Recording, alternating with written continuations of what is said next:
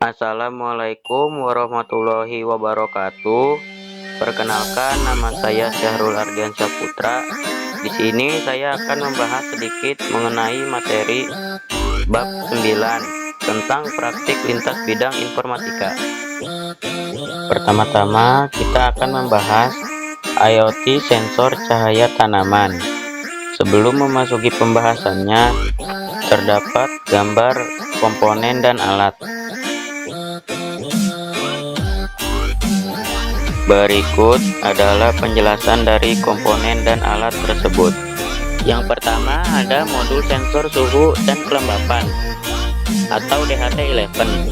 Modul DHT11 merupakan salah satu sensor yang berfungsi untuk menangkap suhu dan kelembapan udara yang ada di sekitar modul. Modul DHT11 memiliki 3 kaki pin untuk mengaksesnya. DHT11 adalah sensor suhu dan kelembapan yang disusun dari 2 buah komponen, yaitu sensor kapasitif yang berfungsi sebagai pengukur kelembapan udara dan termistor jenis NTC atau negatif temperature coefficient yang berfungsi sebagai pengukur suhu. NTC adalah sebuah resistor di mana hambatan yang ada pada resistor akan bergantung pada suhu yang ada di sekitarnya. Hambatan yang ada pada NTC akan makin besar ketika suhu yang ada di sekitar NTC rendah, dan sebaliknya, hambatan akan semakin kecil ketika suhu yang ada di sekitarnya tinggi. Kedua, kabel jumper male to female. Secara umum, fungsi dari kabel jumper male to female memiliki kesamaan dengan kabel jumper male to male. Hanya saja pada modul ini kita menggunakannya untuk menghubungkan modul I2C yang ada pada LCD dengan breadboard yang akan kita gunakan, dan juga untuk menghubungkan pada Arduino Uno.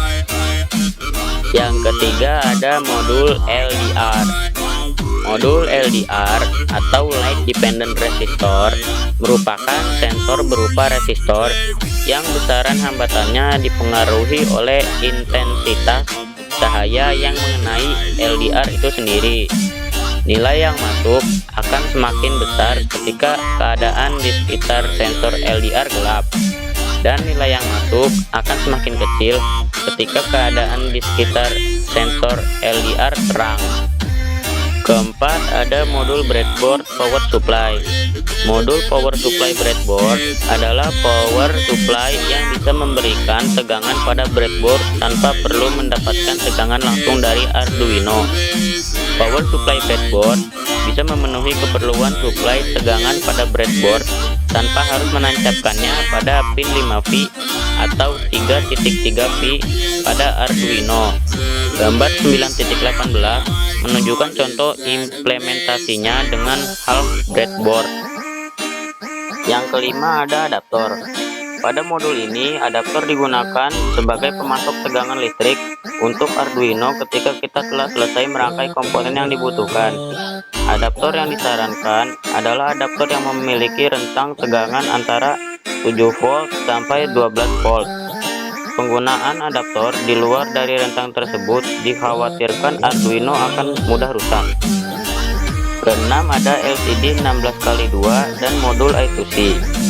LCD adalah salah satu komponen yang berfungsi untuk menampilkan teks maupun angka serta simbol-simbol khusus seperti simbol tanda seru, akeong, pagar, persen, dan lain sebagainya.